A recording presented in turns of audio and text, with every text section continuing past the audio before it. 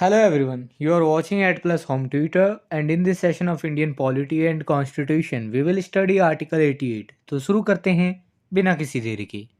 जैसा कि आपको भी पता है, भारतीय संविधान यानी इंडियन कॉन्स्टिट्यूशन को आर्टिकल्स में बांटा गया है और इन्हीं आर्टिकल्स को 22 पार्ट्स के अंतर्गत रखा गया है। इसी 22 पार्ट्स में से 5वें पार्ट में द यूनियन के बारे में बताया गया है, जिसके अंतर्गत आर्टिकल 52 से लेकर आर्टिकल 151 तक के सारे आर्टिकल्स आते हैं। यहाँ हम बस आर्टिकल 88 पर चर्चा करेंगे। देखिए, आर्टिकल 88 पार्ट 5 के चैप्टर 2 के अंतर्गत आता है। यहाँ मैं पहले कंटेंट को इंग्लिश में रीड करूँगा, फिर उसकी मीनिंग आपको हिंदी में समझाऊंगा ताकि आपको कंसेप्ट ज़्यादा से ज़्यादा समझ आ सके।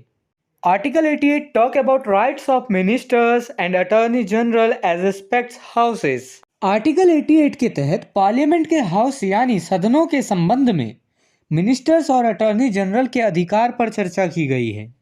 देखिए, चैप्टर 2 में जो है पार्लियामेंट के बारे में बात की गई है, तो यहाँ पर भी मिनिस्टर्स और अटॉर्नी जनरल के जो है पार्लियामेंट के हाउसेस के जो अधिकार हैं उन पर चर्चा की गई है। अब यहाँ हम यह समझ लेते हैं कि अटॉर्नी जनरल होता कौन है और यह क्या करता है। The attorney general is the first law officer of the government of India who gives advice on legal matters and performs other duties of a legal character as assigned to him by the president. Attorney general देश का first law officer होता है जो कानूनी मामलों पर सलाह देता है और राष्ट्रपति द्वारा सौंपे गए लीगल कैरेक्टर्स के अन्य ड्यूटीज का पालन करता है।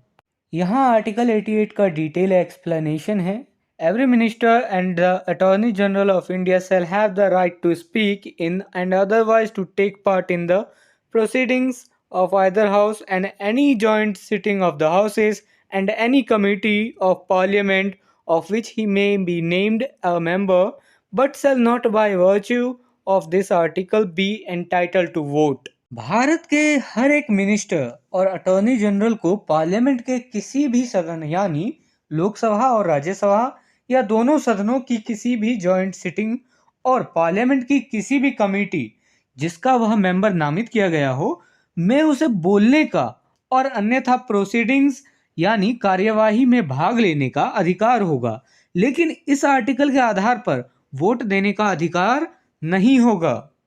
यहाँ एक बात नोट करने वाली है कि अगर मान लीजिए मिनिस्टर अगर राज्यसभा का हुआ तो तब तो वो वोट कर सकता है, लेकिन लोकसभा का मिनिस्टर राज्यसभा में वोट नहीं कर सकता और ना ही राज्यसभा का मिनिस्टर लोकसभा में जाके वोट कर सकता है। तो इस बात को आप समझना होगा मिनिस्टर के दरमियान में। और ये जो है अटॉर्नी जनरल का तो आप जानते हैं कि वो वोट नहीं कर पाएगा किसी भी हाउस में। तो यही पॉइंट नोट करने वाली थी यहाँ पर। ये पूरा 88 आर्टिकल था।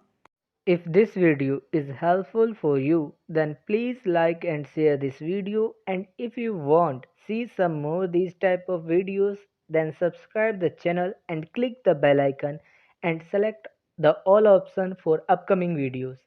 And I hope you have a great experience by watching the Ad Plus Home Tutor.